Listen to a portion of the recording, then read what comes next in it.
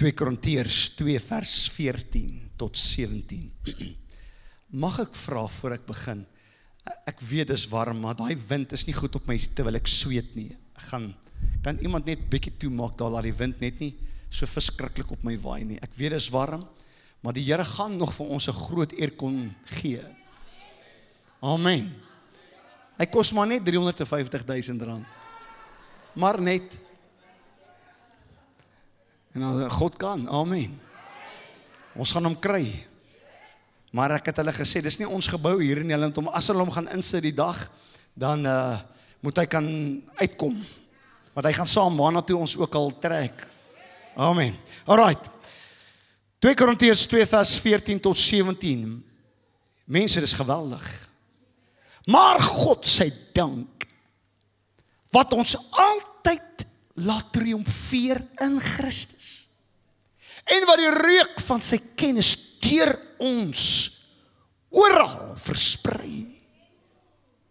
Want ons is 'n aangename geur van Christus, tot eer van God, onder die wat gered word en onder die wat verlore gaan.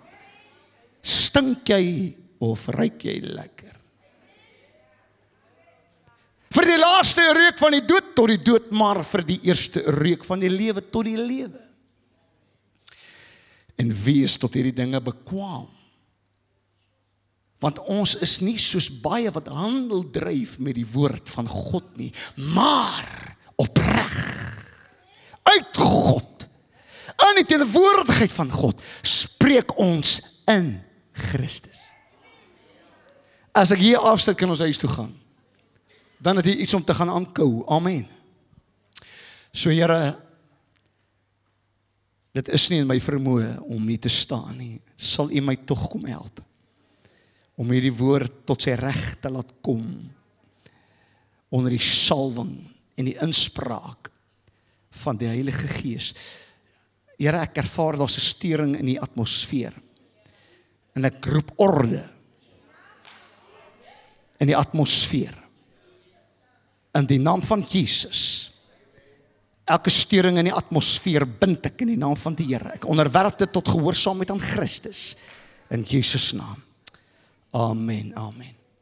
Dis nie moeilik om te sien dat ons lewe in 'n wêreld wat onderste bo gekeer is.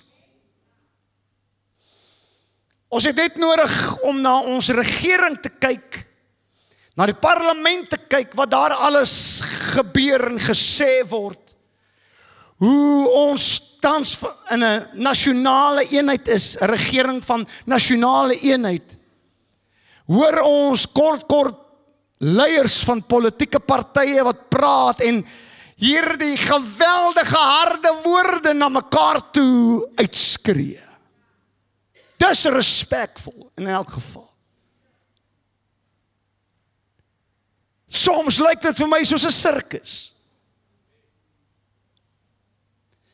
En wanneer ons kyk na Suid-Afrika, en ek moet nie indelf in dit nie, maar ek wil net 'n inleiding vir u gee.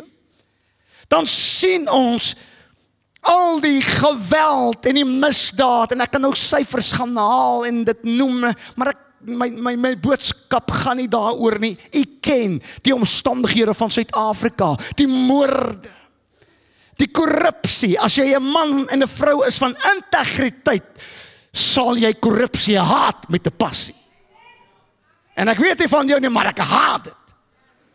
As ek hoor hoe geld verduister word, en laat ek net kalmeer.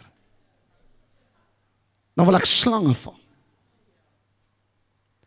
Want dan sien jy hoe gaan goed agteruit in Suid-Afrika, oor die nuus, die hele tyd, hoor ek dit. Dorpe word nie na gekyk nie.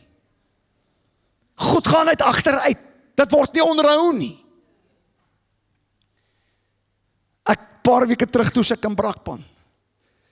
My pa kom haal my, en ek ry deur Brakpan, dierbaar, as jy wil nie weet hoe lyk Brakpan nie. Nou, ek weet almal spot met Brakpan, maar ek wil vir jou sê, Brakpan, ek het daar groot geword. Daar kom goeie goed uit Brakpan uit.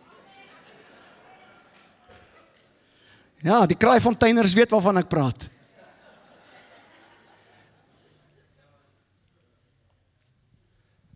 En Brakpan was 'n mooi dorp op sy tyd. Maar 'n lang storie kort, en ek wil nou nie lank hier by stil staan nie, maar ons ry daardeur en ek sê vir my pa het hulle load shedding. Hy sê, waarvan praat jy? Ek sê, al die robotte is af. Hy sê, nee, dis hoe dit gaan. Dis niks werk nie.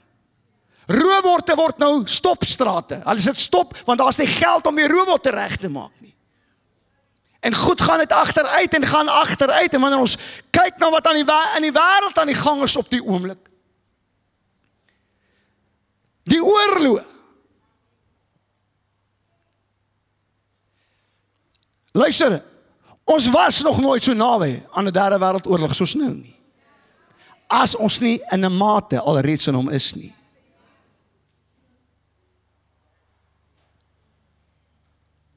Wanneer ons kyk om terug te kom na ons land toe van 'n ma wat 'n pragtige blou oog dogtertjie Jocelyn Smith verkoop aan 'n Sangoma vir R20,000, dan sê ek, my Here, waar gaan die wêreld heen? Want dis in die orde van die dag, ons het net toevallig vir Jocelyn gehoor, maar ek wonder hoeveel ander kinders is stil wegverkoop aan Sangomas. En dan word Sangomas nogal goed gekeur deur die parlement. As 'n volwaardige dokter, jou duiwel.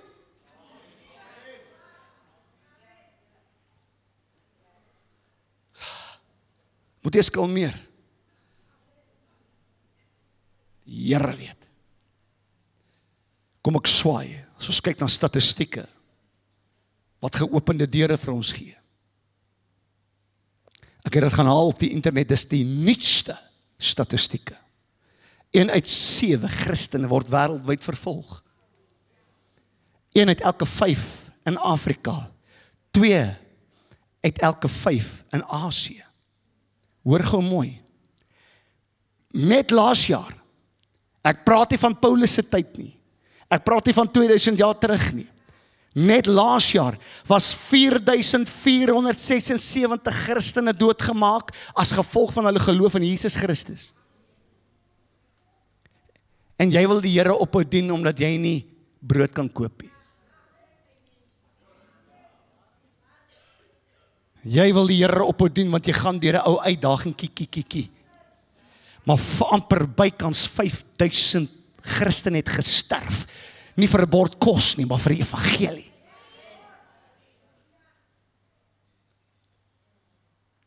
Net laas jaar 7679 kerkgeboue was aangeval en vernietig.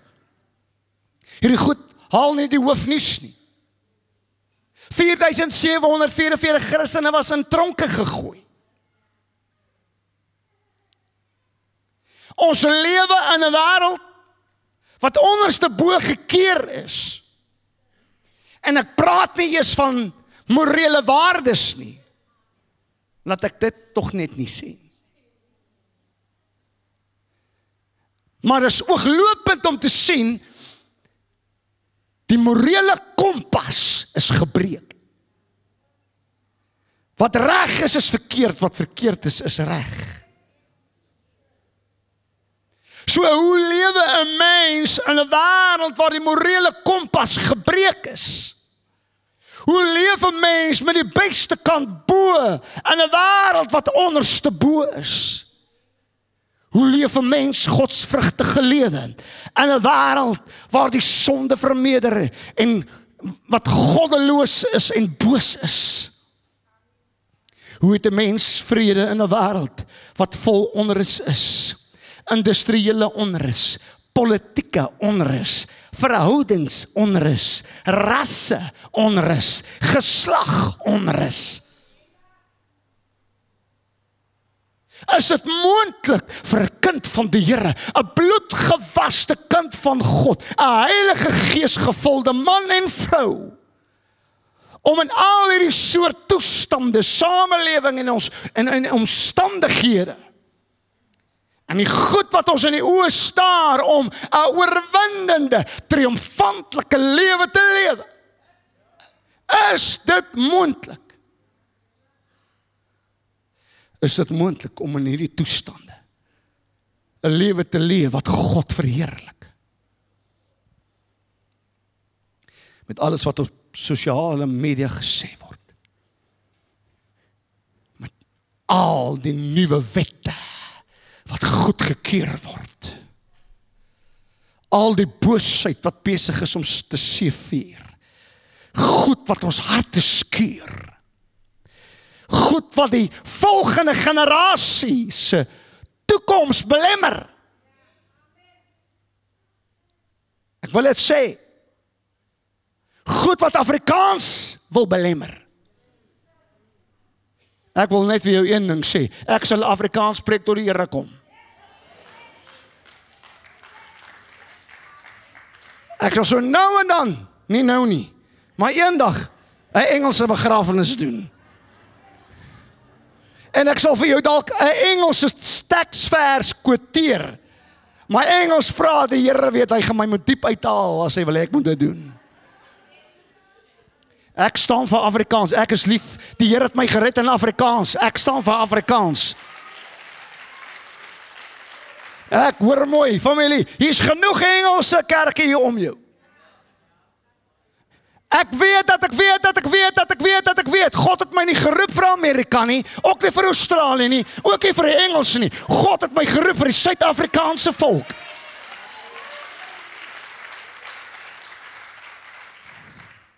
En dus bly ek Afrikaans praat. En ek is trots op my taal. Okay, dit was seker onnodig al die goed. Oom Laurens, dit was nie eens in my notas nie. Die Here moet my help, en dit is 'n ewige woord hierdie. So is dit moontlik om in alles wat ek nou sê, 'n oorwinnende, triomfantelike lewe te leef. Is dit moontlik dat ons bo die omstandighede kan heers en nie onder die omstandighede nie? Kan ons beheer vat van ons omstandighede en nie toelaat dat die omstandighede ons beheer nie? Kan ons meer wees as oorwinnaars, al word ons soms vertrap, verneder en ja, soms verloor ons 'n ronde of 2. Is hierdie soort lewe moontlik in die tye waarin ons lewe? En wanneer ek kyk na die skrif wat ons gelees het, familie, is die antwoord een groot klipharde ja. Oh, dis treurig hoeveel amens daar nou was. Ek sê ja, ons kan. Verstaan mooi familie, die dag by jou wedergeboorte. God het jou nie gewederbaar om te verloor nie. God het jou, het homself in jou gedeponeer. Die volheid van God is in jou. Die heerlikheid van die Here is om jou. Sy engele is rondom jou. Jy sit met die woord van God langs jou sy, die mees kragtigste boek in hierdie wêreld. En familie, hy het dit nie alles vir ons gegee, dat jy soos 'n brombeer met 'n koppietjie wat hang, en sê, ai, arme ek is 'n ou Christen. O, ja, julle klomp stoute sondaars, los my uit, ek is 'n arme ou Christen. En jy leef verslaan elke dag. Dis nie God se plan vir sy kerk nie. Dis nie God se plan vir sy kerk nie. God het jou gewederbaar. Jy's wedergeboorte om oor te vat. Jy's wedergebore om te heers. Om beheer te vat in die geestelike sfeer. Nie om terug te duins nie, sê, oh, die duiwel is alweer besig, kom ek hardloop weg nie. Nee, met my God loop ek 'n benstorm. Met my God spring ek oor 'n muur. Raai waar toe hardloop Dawid, toe hy dit sê. Hy hardloop nie weg van die vyand nie, hy hardloop na die vyand toe. Met my God spring ek oor 'n muur, waar toe? Na die vyand toe. Jy moet nou ophou so wegkruip agter die muur, spring oor die muur en hardloop na die vyand toe. Kyk hom in die oë en sê, met my God spring ek oor 'n muur. Met my God loop ek 'n bendestorm. Luister, Here help my. Ons het te veel lafaard Christene. Jammer hier in Afrikaans, by Kruiskyk Familiesentrum, hoor ons goed soos dit is. Jammer as ek jou omkrap, maar ons kan nie meer lafaarde hê, wat God doen nie. Ons moet die vyand in die oë kyk en sê, ek gaan nie terugduins nie, ek gaan nie retireer nie, God is vir my uit, ek is gewederbore, ek is gewederbaar om oor te vatte, om besit te neem, om te heers. So God het 'n manier ontwerp vir my en u om 'n oorwinnende triomfanklike lewe te lei. Te midde van chaos, konflik, selfbeheptheid, hebsug van hierdie wêreld. En al seker goed wat hy vir ons 'n plek gesit het, vir my en u, om hierdie lewe van oorwinning te leef. Hier's een sleutel wat ek lees in ons geleesde gedeelte, wat Paulus van praat, dat 'n sleutel is tot hierdie oorwinnende triomfanklike lewe. En daardie woordjie wat 'n sleutel is, word genoem dankbaarheid.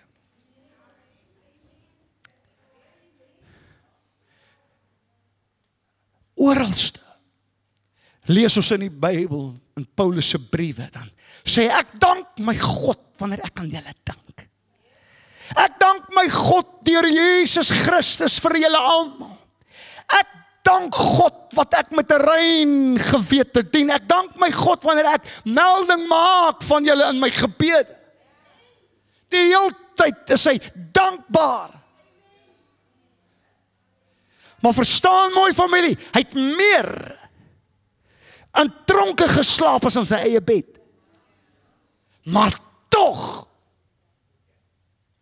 is hy dankbaar. En dan kla jy, omdat jy nou nie brood kan koop vanmiddag nie. Bly by my, ek is op pad iewers te heen. Ek wil hê, jy moet 'n kopskuif maak vandag.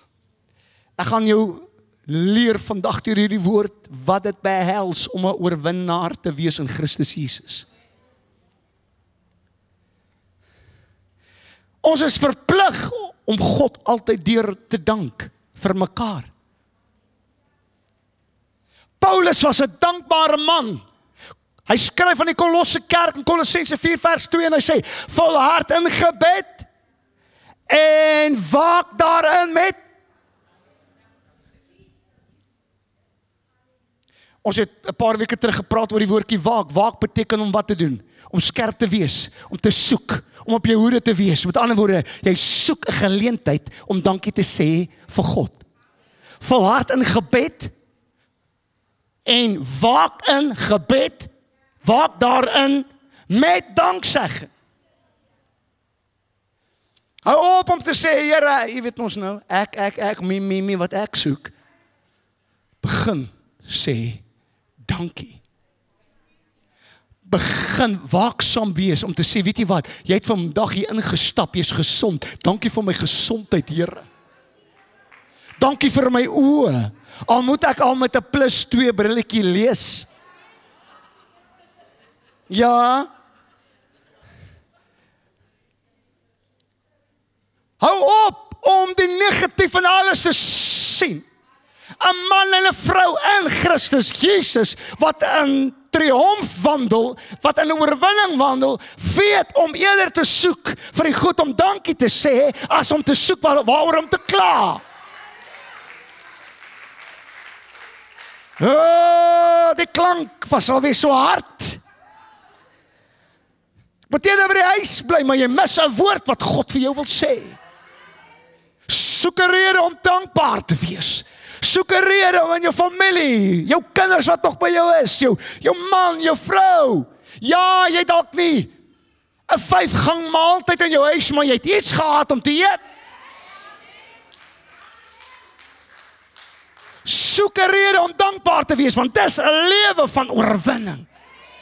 Dis 'n lewe van triomf. En wanneer ons na ons geleesde gedeelte gaan, dan sien ons 2 Korintiërs 2 vers 14, sê weer, maar God sy dank, wat ons altyd laat triomfeer in Christus. Hier is iets wat ek wil hê jy moet onderstreep, terwyl daai vers daar is.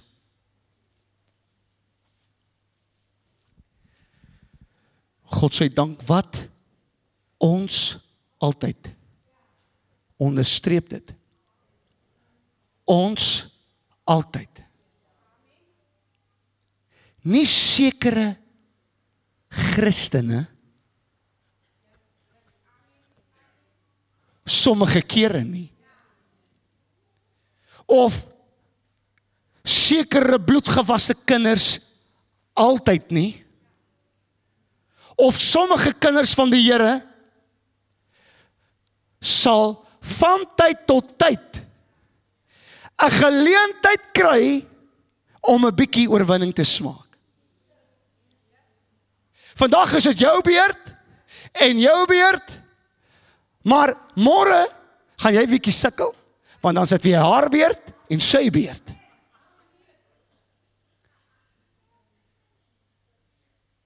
Ons altyd. Die vraag vandag is, waar is jou fokus? Want die geheim lê waar die fokus is. En ons gaan uit in delf in dit in, en ons gaan, Here, ek gaan dalk 'n klein bietjie langer as 'n uur wees. Wat ons altyd laat triomfeer. Ons almal word altyd gelei deur Jesus Christus na triomf. Altyd.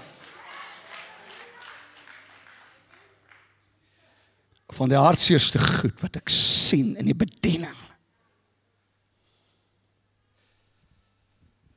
is Christene wat verslaane lewe. Ons sien te min Christene wat triomfantlik en in oorwinning leef. Hulle leef vreugdelose lewens. Hulle leef met hanggesigte. Klaar oor alles. Murmureer oor alles. Sien die negatief in alles. Vrugtelose lewens, hopelose lewens, magtelose lewens. En dis nie God se plan en droom vir sy kerk nie. En soveel Christene het nie 'n benul wat dit beteken om triomfantlik te lewe nie. Wat dit selfs behels nie. En verstaan mooi familie, ons is dankbaar hulle is gered, want hoor mooi, hulle gaan hemel toe. Want as jy die seun van die mens glo, as jy seun van God glo, sal jy gered word. Maar daar's goed wat hulle mis op hierdie aarde. Hulle het nie nodig gehad om met 'n gesig wat hang te loop op hierdie aarde nie, want verstaan mooi, want hoe jou kop en jou oë en jou skouers lyk, by wyse van spreuke, bepaal of jy volgens ons skrifgedeelte 'n lieflike geur los, jou houding los of 'n heerlike geur, omdat jy jou identiteit ken in Christus Jesus. Of jy ken nie jou identiteit nie en nou los jy 'n onaangename geur in die lug wat nie tot eer van God is nie.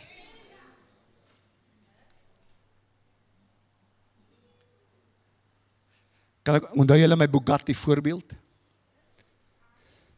Ons sit met hierdie geweldige engine kapasiteit wat in ons gedeponeer is. Ek leef nie meer nie, maar Christus leef in my. Clemens se engine is uitgehaal en 'n Bugatti engine is in my ingesit. En hierdie engine het die vermoë om 446 km/h te kan ry.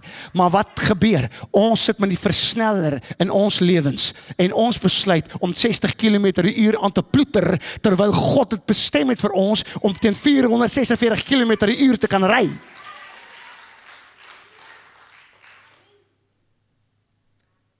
Jy het nodig om die versneller te trap en te weet wie jy is in Christus Jesus.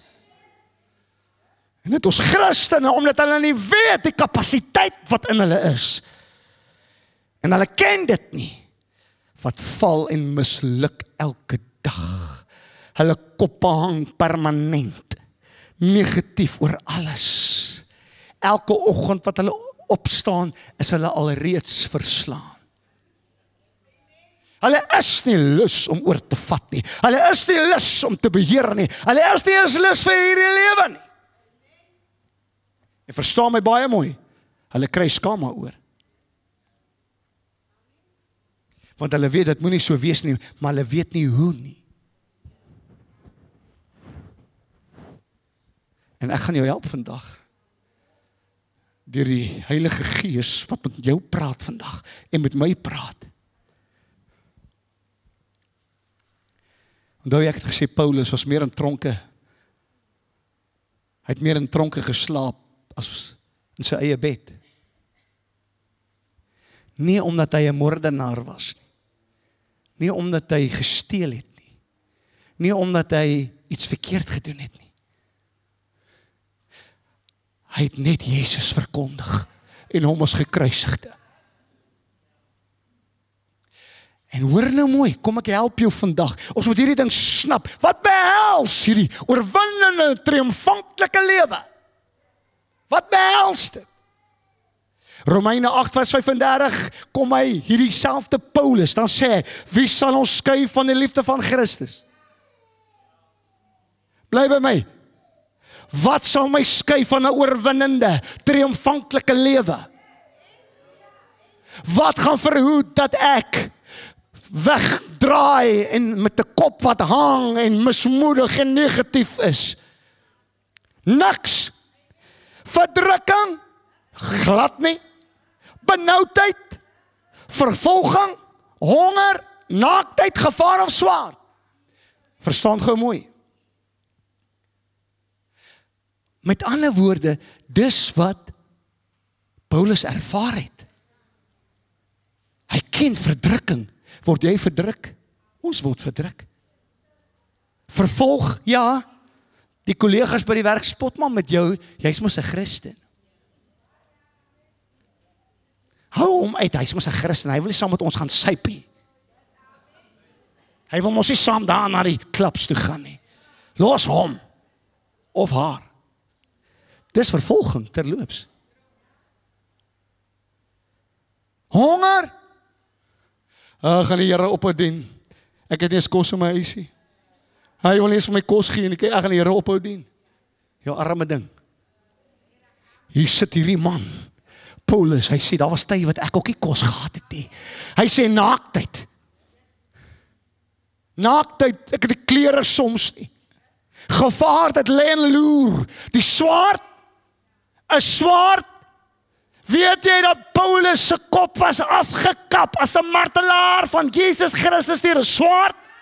En hy het gesê, bring hy swaard, sit my kop op die blok, bring hy swaard, o Here. Hy sê terwille van al hierdie goeders wat gebeur, ja, om U ontwil word ons die hele dag gedood, ons is gereken as slagskape, maar en al hierdie dinge, in vervolging, in gevaar, in honger, in verdruktheid, in benoudheid, in swaard, self bring hy swaard, en al hierdie dinge, my fokus is nie op goed nie, my fokus is nie op wat met my gebeur nie, bring dit aan, bring dit aan, bring dit aan, en al hierdie dinge, is ons meer as oorwinnaars, is ons meer as oorwinnaars,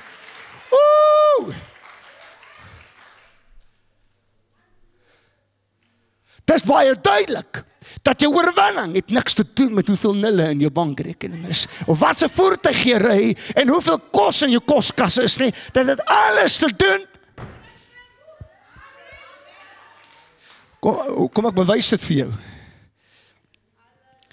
Maar in al hierdie dinge is ons meer as oorwinnaars deur hom, met 'n hoofletter, wat ons lief gehad, hoekom sal hy sê het, as Jesus dan nog steeds lief is vir ons? Van daar verwys hy na wat hy gedoen het op die kruis. Hy wys terug na die liefde wat hy bewys het aan die kruis. Hy verwys na daardie liefde, en wat hy gedoen het op die kruis is ver meer as hoeveel nulle is in jou bankrekening, hoeveel huise jy het en hoeveel geluk jy op hierdie aarde het. Dis ver meer as dit. Want meer as 'n oorwinnaar is ver meer as tydelike geluk. Want jy word al 80, 90, 100 jaar oud as jy gelukkig is. En wat dan my boetie? Wat dan my sissie? Dan los jy daai 6 nulle vir jou kleinkinders. Naak het ek hierdie wêreld ingekom, naak gaan ek uit. Maar waartoe gaan jy na die dood? Want oorwinning het niks te doen met goddelike oorwinning het niks te doen met bankrekeninge, huise en voertuie en kos en geld nie. Goddelike oorwinning het te doen, wat gebeur met jou na die dood? En wanneer jy sterwe, dan begin jy eintlik eers te lewe. Jy kan nie roem en wat jy het nie. Maar meer as 'n oorwinnaar beteken, ja, ek word verdruk, ek kyk 'n swaard in die oë, ek word vertrap, ja, ek word bespot somtyds, maar wanneer ek sê goodbye world, goodbye, dan stap ek in 'n ewige lewe in saam met Christus. Dis meer as 'n oorwinnaar. Meer as 'n oorwinnaar. O, Here help my, ek gaan nog lank praat. Dis my inleiding. Hallo Netflix. Dankie my tannie. En hier is die probleem, Christene het nie 'n idee hoe om in al hierdie dinge hulle koppe op te tel. En te sê dit vat nie aan my nie. En ek gaan jou help. Want jy begin my preek nou eers.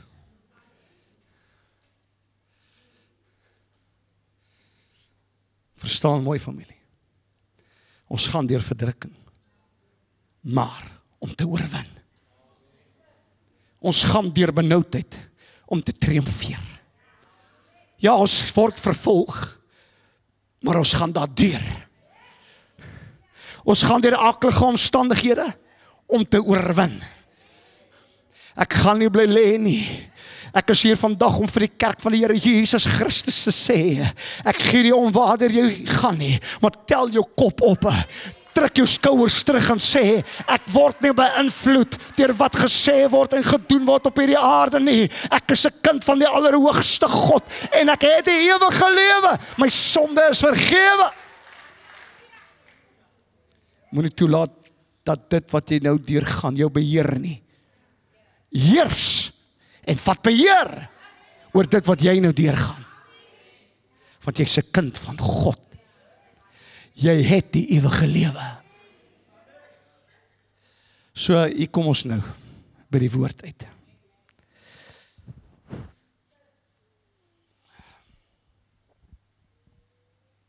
Ek moet gou vir jou 'n verhaal vertel. Iets wat gebeur het in Paulus se tyd. Wanneer 'n Romeinse generaal in 'n oorlog gewen het en geseëvier het, sou hy, wanneer hy terugkom na sy huis toe, sou sy dorp vir hom 'n triomftog reël.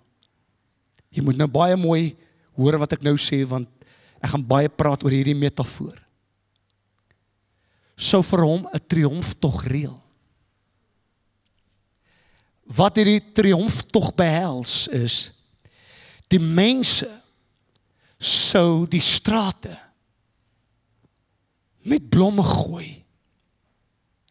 Blomme. Baie blomme. Vir hierdie generaal om op te loop.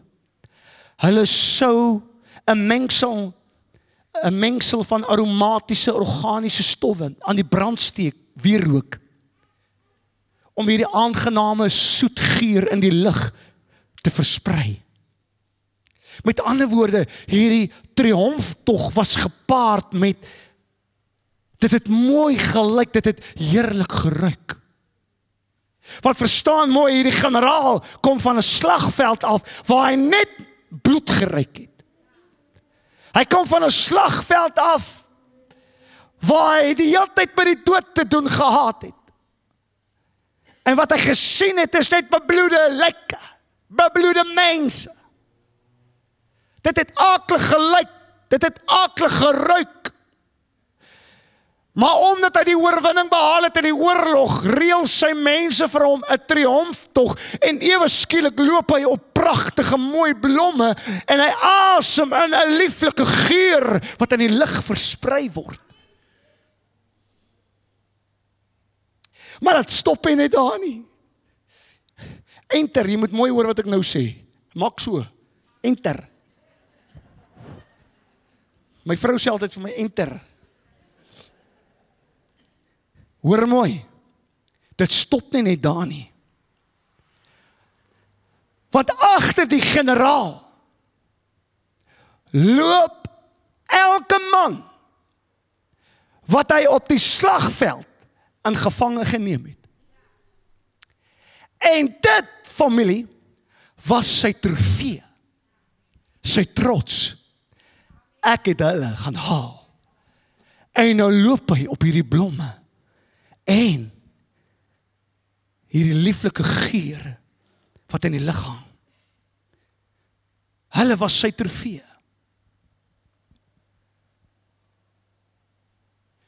Kom ek sê gou vir u net eers dit, dan gaan ons terugkom na hierdie metafoor toe. Ek het dit nou al 'n paar keer gesê en ek weet, ek herhaal myself, maar dis al hoe ons leer. Volgens 2 Korintiërs 2 vers 14 is die triomf op 'n spesifieke plek. Dis nie in die 6 nulle in jou bankrekening nie. Dis nie in voertuie, huise, kos, geluk, wat ook al nie. Hy sê dit baie duidelik, 2 Korintiërs 2 vers 14, maar God sy dank wat ons altyd laat triomfeer in Christus. Dis 'n spesifieke plek. Dis nie 'n bankrekening nie. Dis nie 'n huis nie. Dis nie geluk nie. Dis nie oorvloed van wat ook al nie. Daai triomf is op 'n spesifieke plek in Christus. So.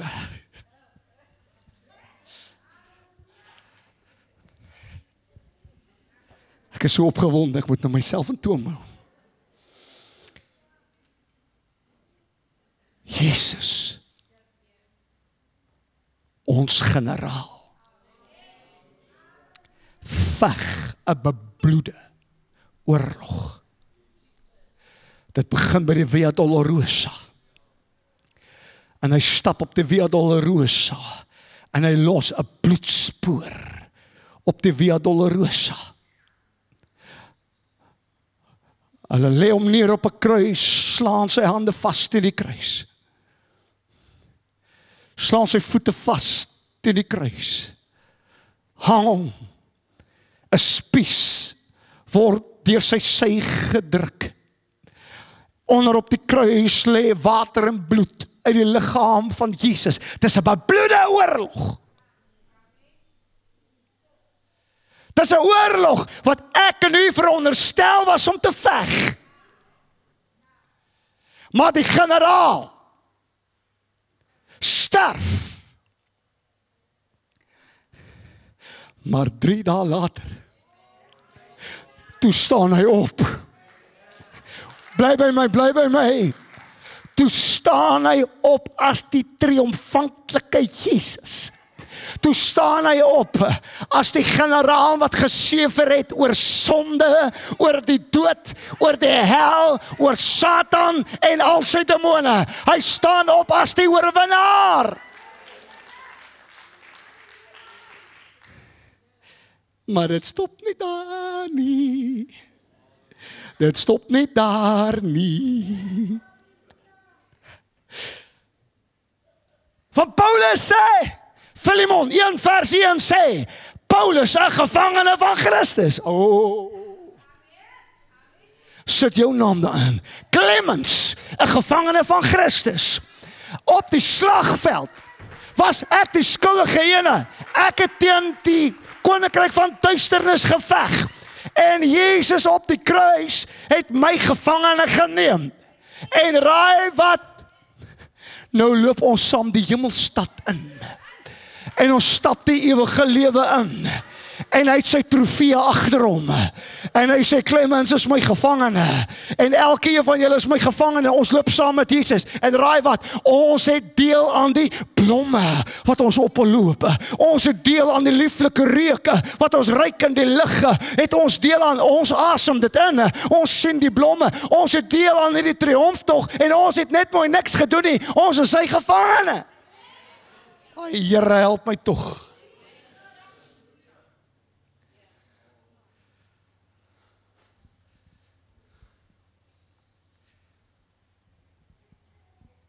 Ek weier om 'n gevangene te wees van die wêreld.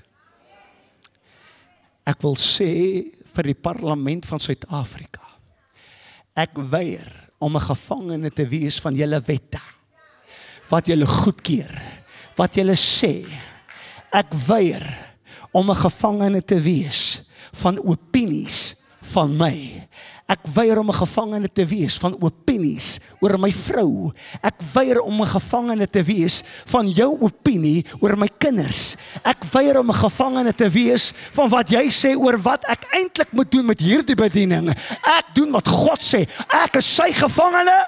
Ek is Jesus Christus alleen se gevangene en ek doen wat hy sê ek moet doen. Ek behoort aan hom en nie aan jou nie. Ek is nie jou gevangene nie. Skinder maar versprei daai leuns wat jy so leerlik wil versprei van Clemens en sy vrou en sy kinders en Kruiskyk Familiesentrum. Gaan vertel dit maar. Maar ek is nie jou gevangene nie. Ek behoort aan Jesus Christus. Ek is 'n gevangene van Jesus Christus. Hou op dat mense jou geluk dikteer. Hou op om jou te stuur en hulle het alweer van my gepraat. Jou arme ding. Tel jou kop op. En loop saam met Christus op die blomme. Asem die aroma in van die lieflike geur wat hy vir ons los. Sy oorwinning is my oorwinning. Ek is so trots daarop om te sê, ek is 'n gevangene van Jesus Christus. Ek is 'n gevangene van Jesus Christus. Ek is 'n gevangene. Ek weier om 'n mens se gevangene te wees, maar ek is sy gevangene.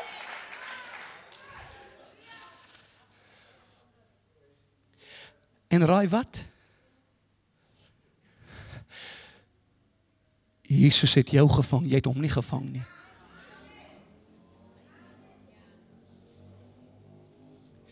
Deur die kruis, deur die opstanding, het hy jou gevang. En raai wat? Hy lei jou die triomftog in. Dis nie omdat jy so oulik is nie. Dis nie omdat jy so mooi is nie. En pragtig nie. Toe hy die vyand oorwin het, toe hy die dood oorwin het hy my en u saam met hom geneem. En ons neem deel aan hierdie triomftog, wat maak dat ons meer is as oorwinnaars. Dit het niks te doen met rand en sent nie, dit het te doen met 'n ewige lewe. Hy lei ons die hemelstad in. Hy neem ons in hemelse plekke. Ons sit in hemelse plekke. Hy neem ons in die koninkryk van God in. Hy neem ons daar waar die menslike oog nie kan sien nie. Die wêreld kyk na my en sê, hy kry so swaar, hy kry, nee, moenie na dit kyk nie. Kyk in my gees, mense. Ek sit in hemelse plekke. Ek triomfeer. Ek is 'n oorwinnaar, want ek is 'n gevangene van Jesus Christus en ek het deel aan die triomftog. Dis sy oorwinning. Dis Jesus se oorwinning. Maar ons geniet die glorieryke triomf en het deel daaraan.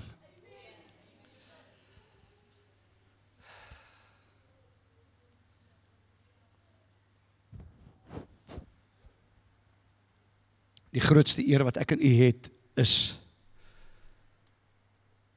om te kan sê soos Paulus, ek is 'n gevangene van Christus. Dis 'n eer. Want in konteks, as jy hierdie verhaal verstaan wat gebeur het, hoekom Paulus die goed skryf, het dit gebeur en het gesien, die generaal bring sy trofee saam met hom deur hierdie geweldige triomftog. So waar lê ons oorwinning? In Christus Jesus. 2 lewens is saamgevoeg. Ek is in Christus, Christus is in my.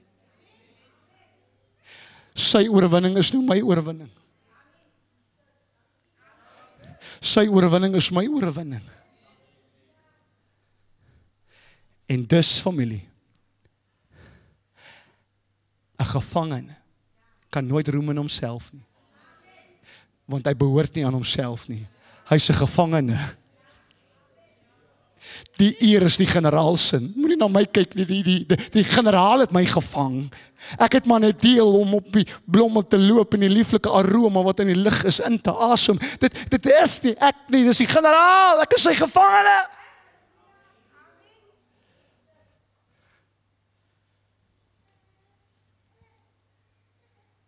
En dis hoekom Jesus ons leer. Laat u wil geskied. Laat u koninkryk kom.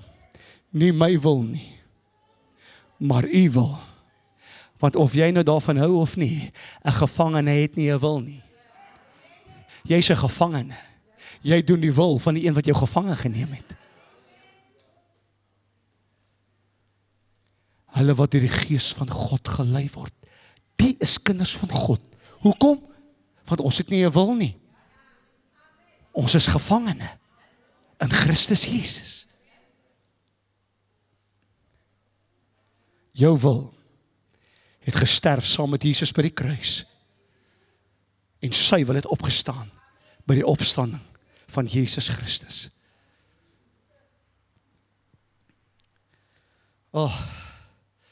Kan ek nog 'n bietjie tyd hê? Nee, wat my uur is nog nie om nie. Kan ek gou nog 'n ding of twee sê, familie? Dit is geweldig belangrik hierdie goed. Ek kan nie help nie, diebaar as ek beloof. Ek het dit tot vir Dr. Isaac Burger gesê, toe hy was, toe sit ons daar by die lughawe. Toe sê ek vir hom, Dok, ek kyk altyd, waar kan ek iets uithaal? Ek wil nie so lank wees nie, maar die Here weet. Hierdie goed is goud, man. Die goed verander lewens. En ek staan nie hier om jou te beïndruk nie. Ek wil hê jy moet impak maak. Jy moet heers. Jy moet jou kop optel. Jy moet 'n glans in jou oë hê. 'n Glimlag op jou gesig. Lyk soos een wat 'n lieflike geur los. So, hier kom hy sê, maar God, sy dank. Alles begin by Papa.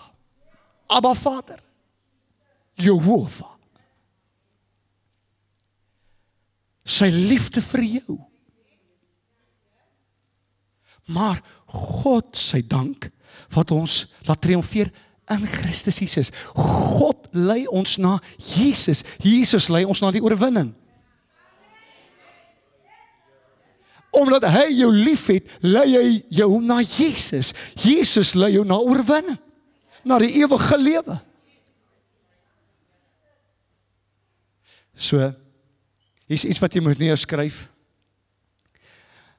'n Clemens vertaling van Johannes 3 vers 16. Is jy reg vir 'n Clemens vertaling van Johannes 3 vers 16, want so lief het God die wêreld gehad, dat hy sy generaal gestuur het, sodat elkeen wat in die generaal glo, sy gevangene kan wees, en deel kan hê aan die triomftog, die hemelstad, die ewige lewe.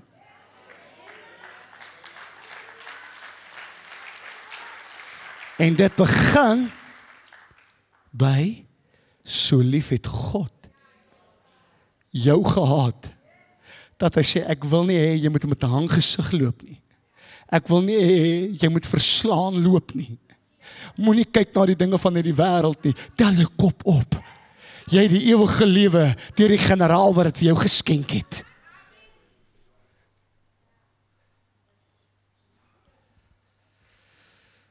Ek gaan goed sny. Kan ek gou kyk wat kan ek sny? Ek wil regtig goed sny. Ek wil nie onnodig lank wees nie. Maar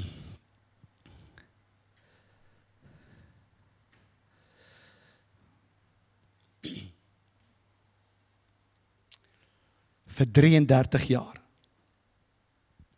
leef Jesus op hierdie aarde. Want ons kan nie praat, kom ek sê eers dit, ons kan nie praat van oorwinning wanneer ons nie praat van versoekings nie. Want elke keer wanneer jy val vir 'n versoeking, voel dit vir jou jy's verslaan. En vir 33 jaar van Jesus se aardse lewe was hy volkome oorwinnaar en triomfantelike oor elke liewe sondige versoeking, elke ding wat gelyk het so sonde. Verstaan mooi familie, dit beteken nie hy was nie versoek nie. Want hy was versoek. Kom ons kyk gou Hebreërs 4 vers 15. Hebreërs 4 vers 15 sê die volgende. Hy sê, want ons het nie 'n hoëpriester Jesus, wat nie met ons swakhede medelee kan hê nie, maar een wat in alle opsigte, dink aan hoe was jy versoek hierdie week? Wat 'n versoekings het jy gehad? Alle opsigte versoek is, net soos ons. Hy het gedeel met wat jy deel hierdie week, wat verby is. Maar, sonder sonde. Perfek.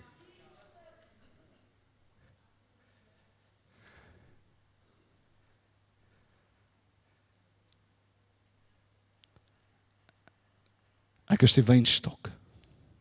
Julle die lote. As jy in my bly, sal jy vrug dra. En sonder my kan julle niks doen nie. En die oorwinning wat hy behaal het, is gedeponeer in jou. Want ek leef nie meer nie, maar Christus leef in my. Hy is die volmaakte een, hy is die geregtige een. Dus kom ek geregtig is waar? In Christus Jesus. Nie in my eie nie, maar in hom, want hy is geregverdig. Hy is geregtig. Hy is die een wat skoon en heilig is. Hy is in my. So, metafoor. Wanneer jy 'n stolmer is, of 'n blou bil, en jou span is besig om te wen. Ek is regtig amper klaar. Baie naby. En jou span is besig om te wen. Wat doen jy? Jy skree, ons wen, ons wen, ons wen. Asof jy die duikslaa uitgeoefen het. En die lessels het en bebloed is.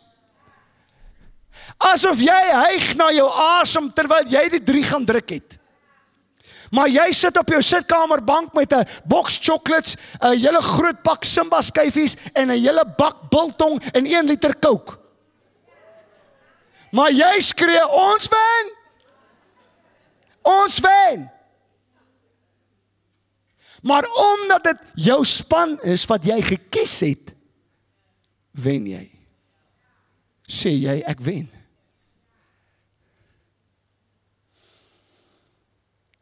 En die dag toe jy ja sê vir Jesus, toe sluit jy aan by die wenspan.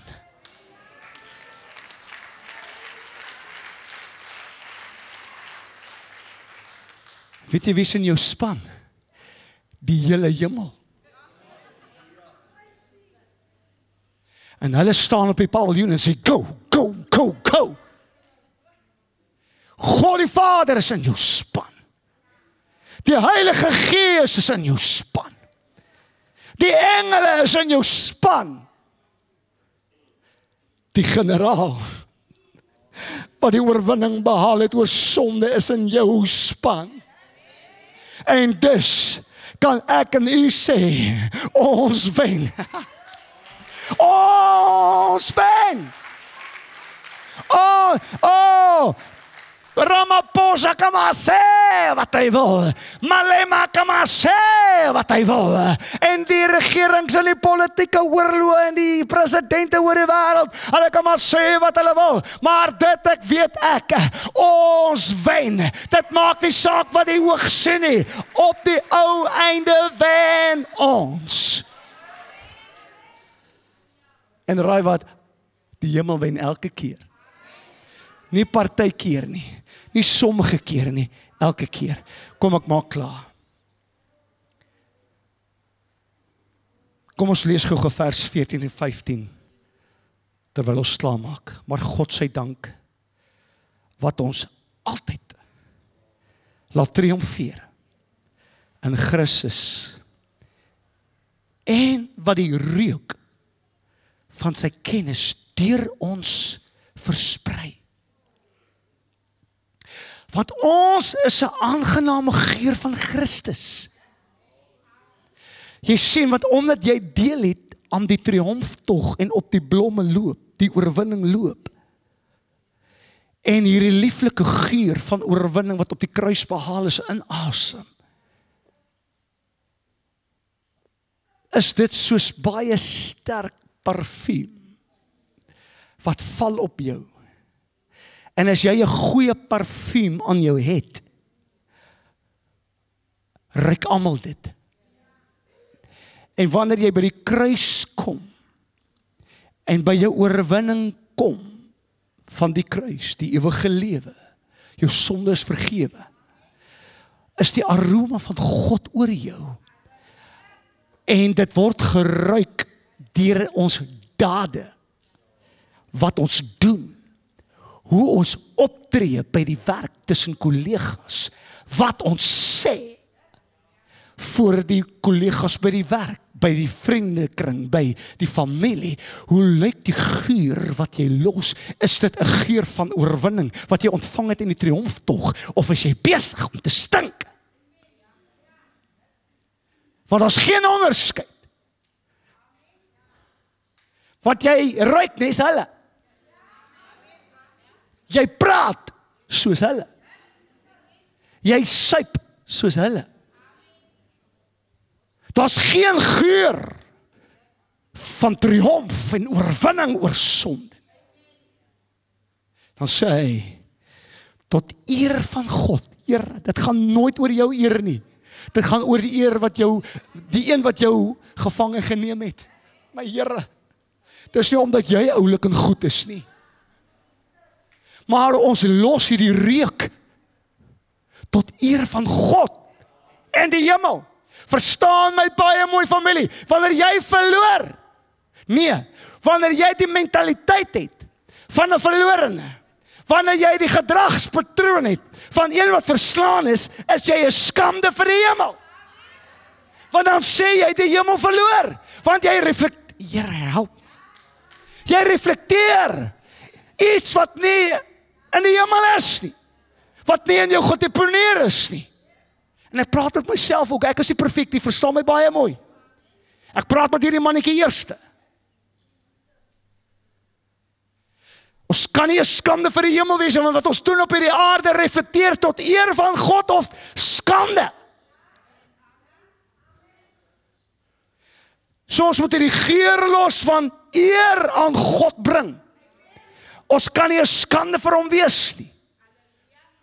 Ek wonder of daar nog ander kerke is wat ook hierdie goed preek en teen sonde en sê wees heilig want God is heilig. Hou op om te lewe soos die wêreld. Hou op om gelykvormig te word aan hierdie wêreld. Lewe heilig voor die Here. Soek sy aangesig. Dien hom met alles wat in jou is. En saam met Afrikaans sal ek dit bly preek.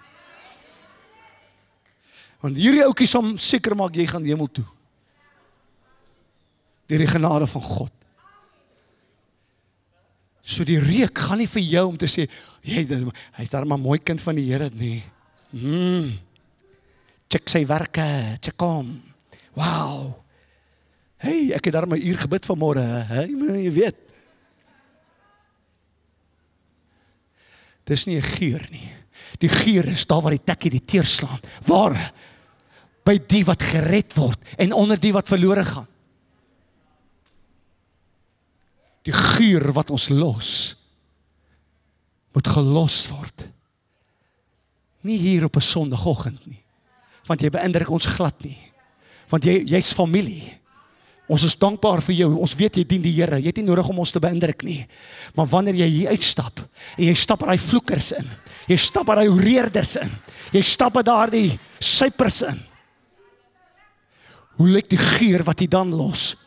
Want nie een van ons is naby jou om jou dop te hou nie, maar is dit besig om 'n welreukende geur vir God te los. Tot eer van hom. Want jy eer God met jou reuk, jou houdingsingesteldheid, jou optrede. Jy eer hom, waar? In die wêreld. By die wat gered moet word en onder die wat verlore gaan.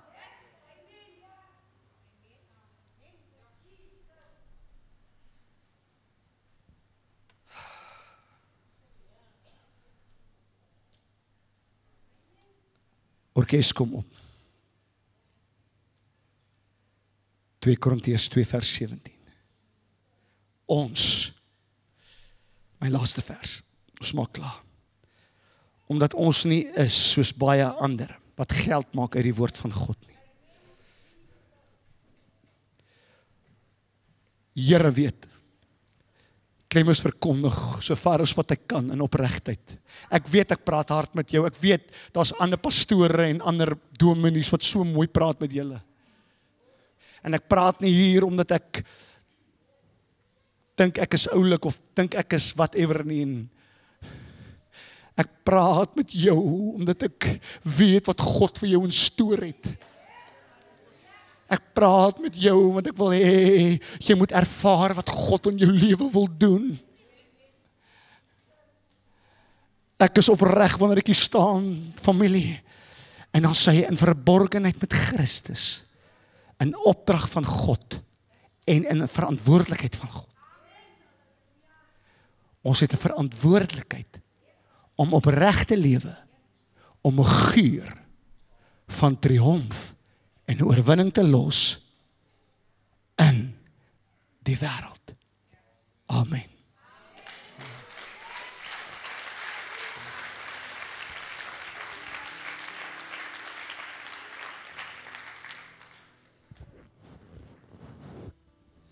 Sabakuturu Shekaya.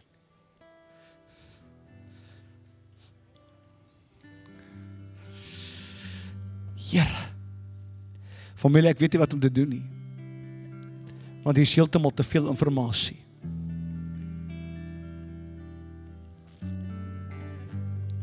Ek voel in my gees dat is mense wat hier sit vandag. Wat sê Clemens? Iets in hierdie woord het my gegryp.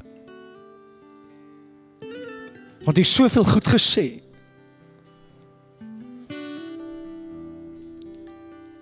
En ek wil myself verootmoedig voor die Here as sy gevangene.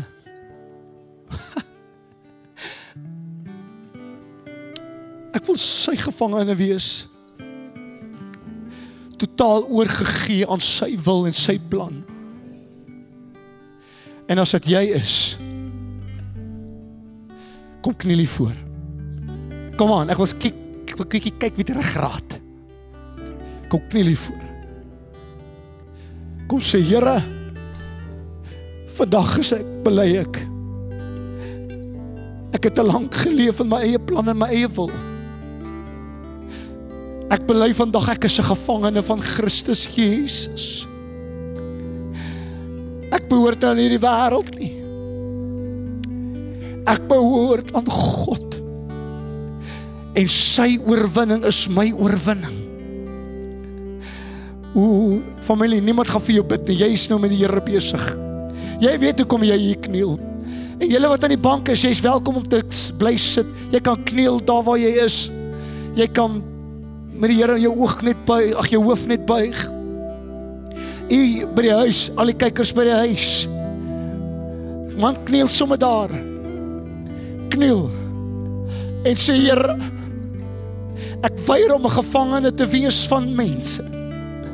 Ek weier om 'n gevangene te wees van skindertonge en opinies van mense. Ek is 'n gevangene van Jesus Christus. Kniel, bely, praat met hom. Sy oorwinning is jou oorwinning. Sy heiligheid is in jou gedeponeer. Here, dankie. Abatararabosukatabababan. Surendulubosirababam.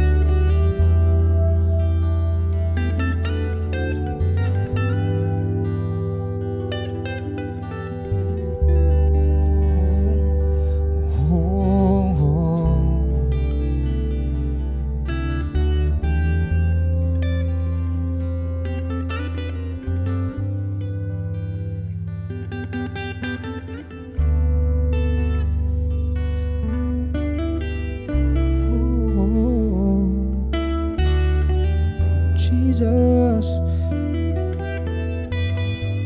Oh.